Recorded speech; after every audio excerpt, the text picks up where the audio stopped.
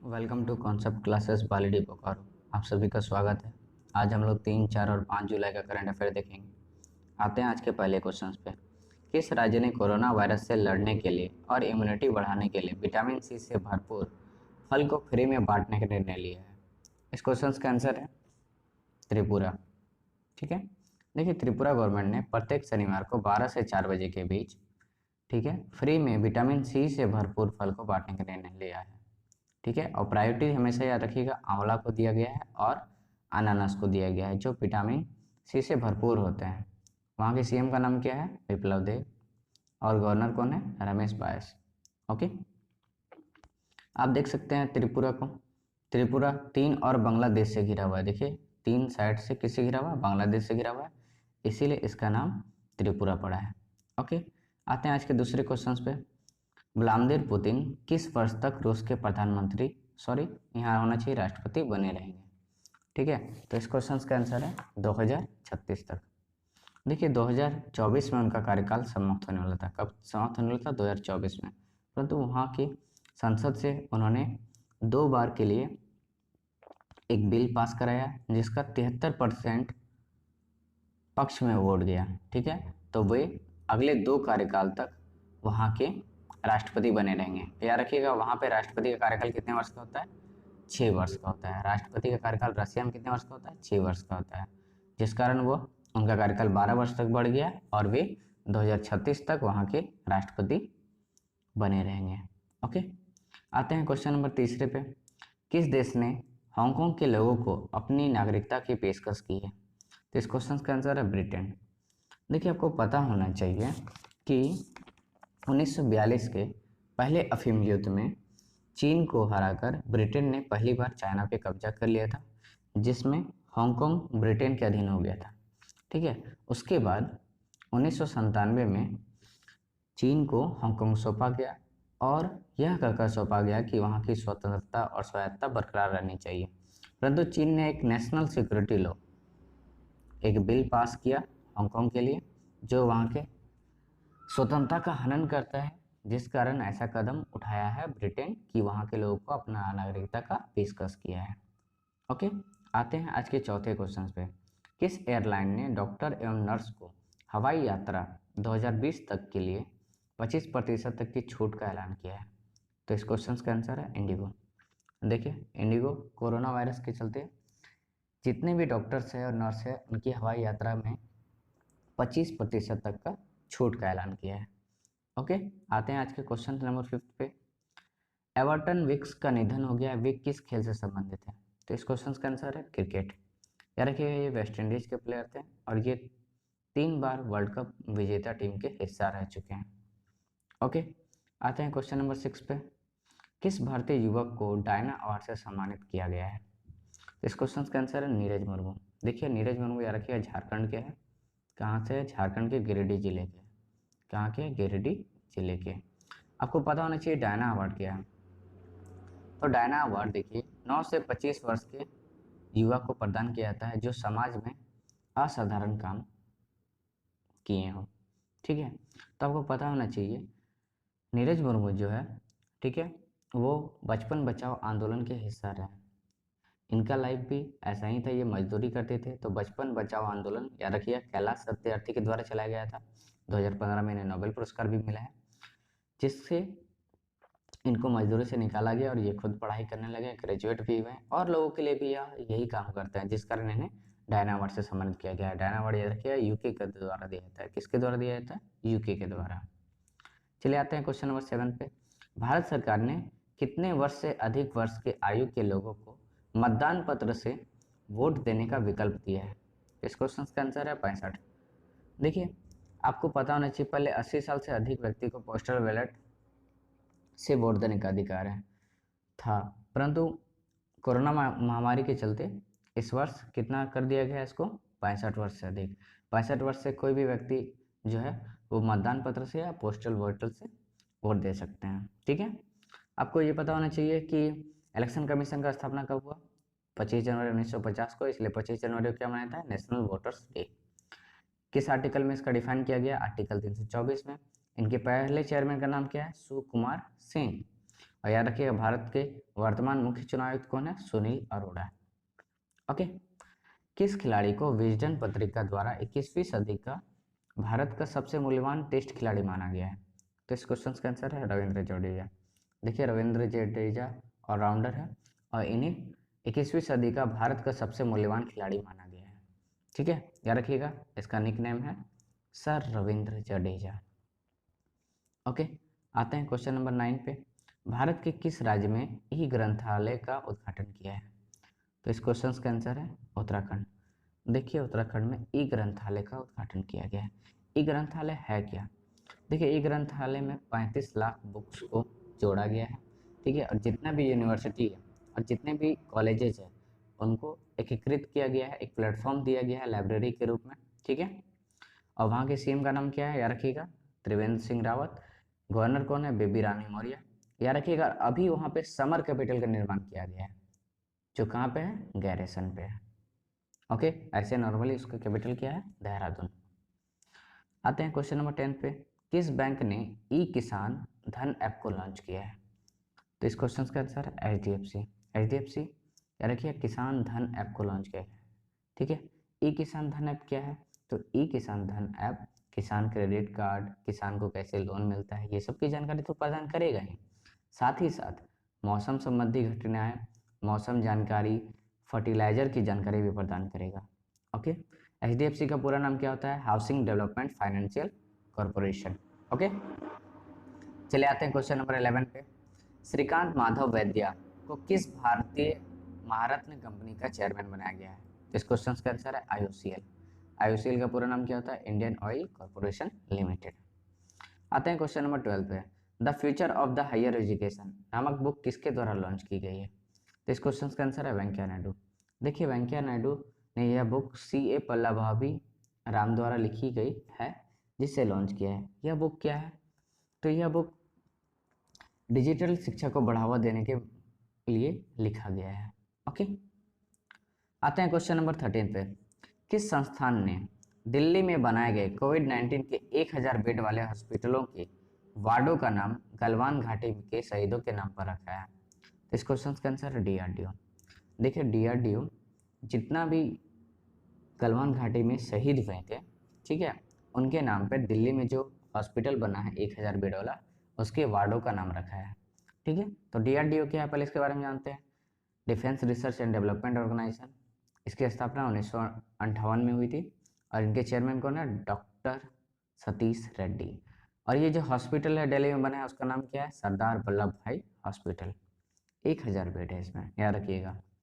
Okay, आते हैं question number 14 पे। मोबाइल मास्टर जी नामक पोर्टल सेटअप किस संस्थान द्वारा बनाया गया है? तो इस क्वेश्चन का आंसर है IIT कानपुर। ठीक है, IIT कानपुर एक सेटअप बनाया है जो ग्रामीण छात्रों के लिए बहुत ही मददगार साबित होगी ऑनलाइन शिक्षा ग्रहण करने के लिए। ओके, आते हैं क्वेश्चन नंबर 15 पे।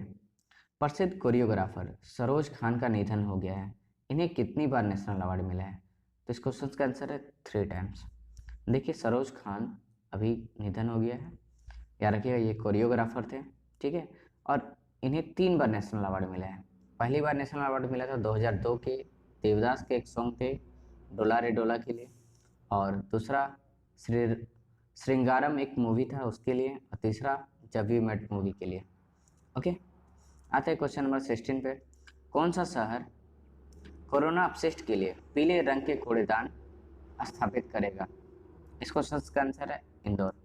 देखिए इंदौर में कोरोना वायरस का जितना भी अपशिष्ट है, जैसे कि यूज किया हुआ मास्क, यूज किया हुआ PPE किट्स, ठीक है, यूज किया हुआ वैक्सीन या यूज किया हुआ दवाई कोरोना से रिलेटेड जो भी हो, ठीक है, उसे किस रंग के कूड़ेदान में डाला जाता है? जाएगा पीले रंग के कूड़ेदान में डाला जाएगा। और यह कूड़ेदान स्थापित करने वाला लगभग पहला शहर कौन सा बन गया है? तो याद रखिएगा इंदौर। ओके, आते हैं नेक्स्ट क्वेश्चन पे। किस साइकिल कंपनी ने चीन के साथ 900 करोड़ रुपए के करार को रद्द कर दिया है? तो इस क्वेश्चन का आंसर है हीरो।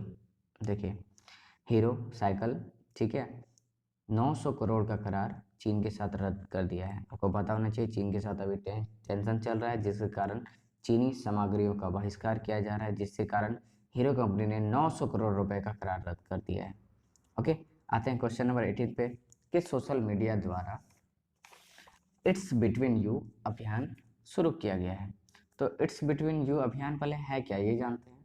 तो इस अभियान के जरिए सच्ची कहानियां बताई जाएगी कि कैसे भारतीय लोग व्हाट्सएप के जरिए संपर्क में रहते हैं। ओके, तो इस क्वेश्चन का आंसर क्या है? व्हाट्सएप।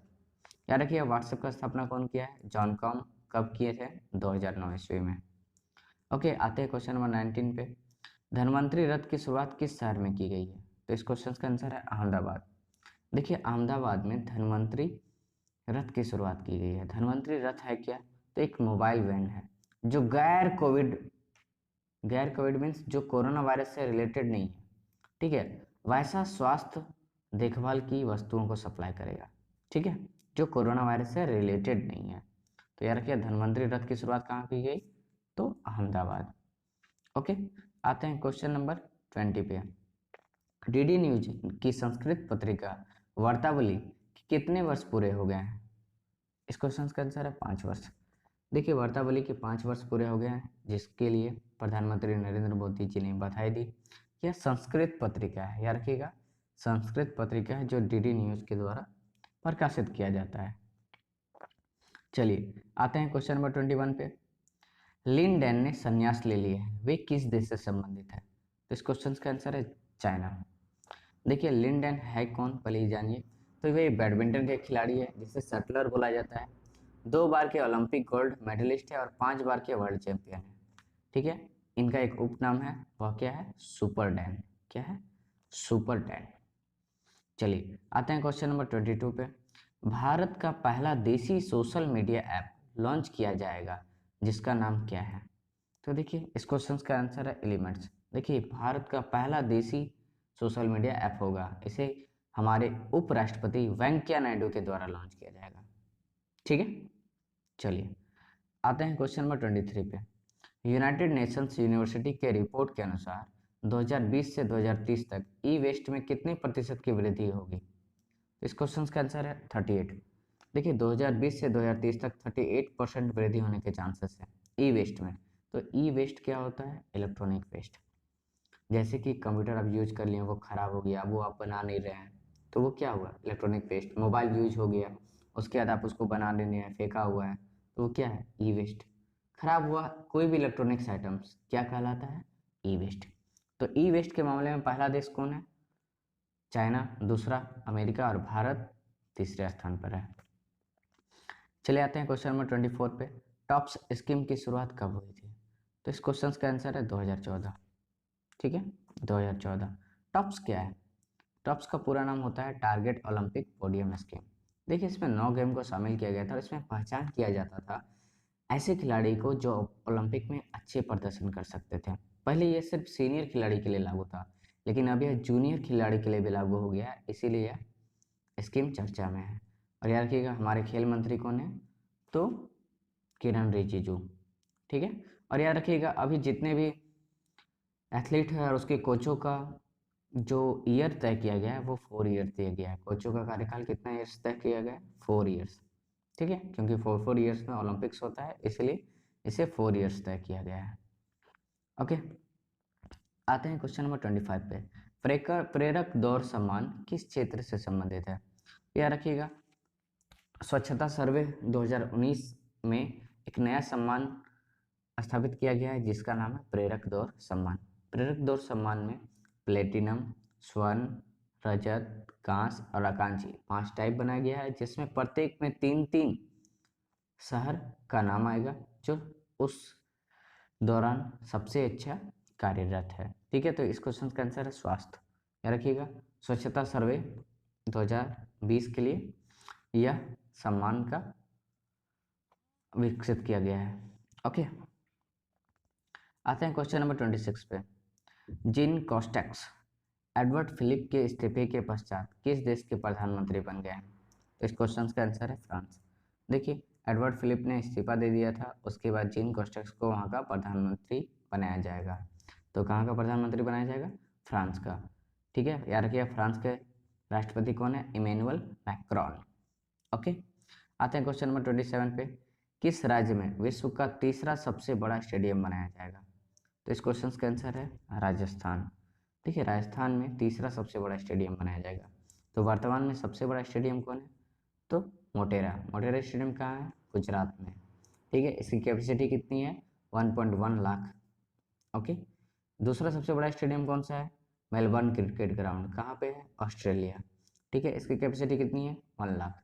और अब तीसरा सबसे बड़ा क्रिकेट ग्राउंड, क्रिकेट नहीं कोई भी स्टेडियम है, इंडोर स्टेडियम है नॉर्मली ये। ठीक है, ये कितना हो जाएगा? 75,000 कैपेसिटी होगी इसकी। ओके, राजस्थान में बनाया जाएगा। कहाँ बनाया जाएगा? राजस्थान में। फाइनेंशियल टाइम्स के अनुसार कोरोना महामारी के दरमियान कौन सी कंपनी ने सर्वाधिक ग्रोथ किया? तो इस क्वेश्चन का आंसर है अमेजॉन। ठीक है, अमेजॉन सर्वाधिक ग्रोथ वाली कंपनी रही कोविड-19 महामारी के दौरान। याद रखिएगा, फाउंडर कौन है? Jeff Bezos. Jeff Bezos. और कौन सी भारतीय कंपनी शानदार प्रदर्शन की थी? तो याद रखिएगा वो है रिलायंस इंडस्ट्री लिमिटेड। वो सबसे शानदार प्रदर्शन की थी। आते हैं क्वेश्चन नंबर 29 पे। भारतीय रेलवे ने किस नाम से सबसे लंबी ट्रेन चलाने का रिकॉर्ड बनाया? तो इस क्वेश्चन का आंसर है शेषनाग। देखिए भारतीय रेलवे ने शेषनाग नाम से एक ट्रेन चलाई जिसकी लंबाई है 2.8 किलोमीटर। 2.8 किलोमीटर लंबी ट्रेन थी वो। ठीक है, जिसमें 4 इंजन थे। कहाँ से कहाँ तक चलाई? नागपुर से कोरबा के बीच, जिसमें 251 बोगी थी। तो ये सबसे लंबा ट्रेन चलाने का रिकॉर्ड है, जिसकी लंबाई कितनी थी? 2.8 किलोमीटर। और नाम क्या था? शेषनाग। ओके, आते हैं क्वेश्चन नंबर 30 पे। भगवा किस फल का प्रकार है? तो इस क्वेश्चन का आंसर है अनार। देखिए ये चर्चा में क्यों था? तो भारतीय कृषि अनुसंधान संस्थान के साथ प्रधानमंत्री मोदी का चर्चा हो रहा था, जिसमें भगवा अनार का जिक्र हुआ। तो भगवा अनार क्या है? तो भगवा अनार एक ऐसा फल है जिसमें आयोडीन, आयरन, पोटेशियम अत्यधिक मात्रा में पाया जाता है और यह एक एंटीऑक्सीडेंट भी है। ठीक है, जो इम्यून सिस्टम को बढ़ाने में बहुत ही मददगार साबित होता है। ठीक है, तो भगवा किस पर फल का प्रकार है? तो यह है अनार का एक प्रकार है। ठीक है, आज का करंट अफेयर समाप्त हुआ। अगर आपको वीडियो पसंद आया तो शेयर कीजिए, लाइक कीजिए और सब्सक्राइब कीजिए। Thank you.